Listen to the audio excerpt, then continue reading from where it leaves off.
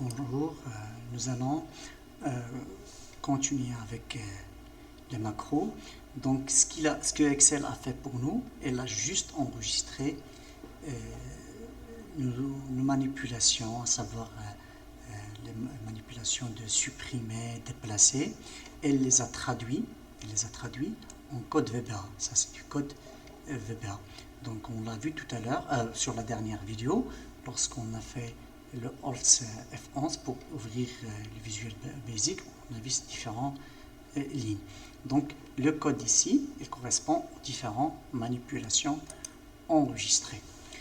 Et ici, comme vous voyez, une macro est délimitée par deux mots-clés, à savoir le sub et le end sub. Et le nom ici, le nom de la macro que nous pouvons modifier, sauf qu'il y a des règles pour le choix du nom de la macro. Généralement, même sur le nom des fichiers qu'on enregistre dans le domaine de l'informatique, il y a des restrictions, il y a des règles. On ne peut pas utiliser les espaces, on ne peut pas utiliser les points d'exclamation, d'interrogation, le CCD, le chapeau. Bon, bref, il y a des règles pour utiliser ici, pour le choix du nom de la macro. Donc, si vous voulez utiliser un mot composé de plusieurs mots, là, on vous conseille de faire la touche 8 qui est le trait en bas de ligne. Bon, voilà, donc ici, ce qui est demandé, c'est que nous allons modifier aussi le nom de la macro, de macro 1, qui est donné, c'est un nom qui est donné par défaut, par manipulation des colonnes. On va venir ici sur Excel, on va faire le Alt F11 et je vais faire ici tout simplement manipulation et je fais ici la touche 8 manipulation, comment c'est écrit, on va D, bon c'est trois mots, D colonne, manipulation des colonnes. D'accord, je fais ici enregistrer la macro, oui, je fais ici, oui, d'accord. Comme nous l'avons déjà dit ici sur les commentaires, les commentaires, ils sont distingués des lignes ici de code par la couleur verte.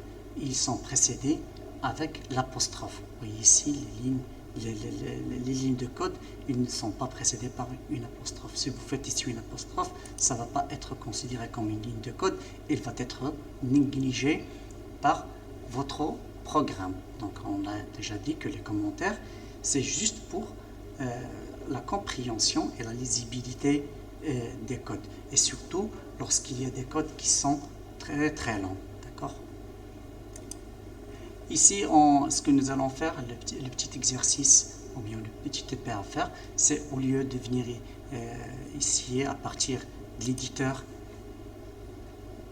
et exécuter le code, on va insérer un bouton et on va lui affecter cette macro qui est le nom manipulation des colonnes. Je viens ici, je remplis les données comme on a fait pour lorsqu'on a enregistré les différentes manipulations.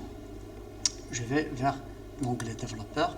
Si je fais insérer ici un bouton et là je choisis la macro dont je viens de modifier ce nom, le nom de manipulation de macro, et je viens ici, je peux modifier ici le nom ici du bouton, modifier du texte, je peux donner un nom, mais pour le moment ce que je vais faire, c'est que je vais affecter, ici, affecter une macro et je choisis ici manipulation des colonnes. D'accord? Lorsque je remplis ici, je fais par exemple donner 1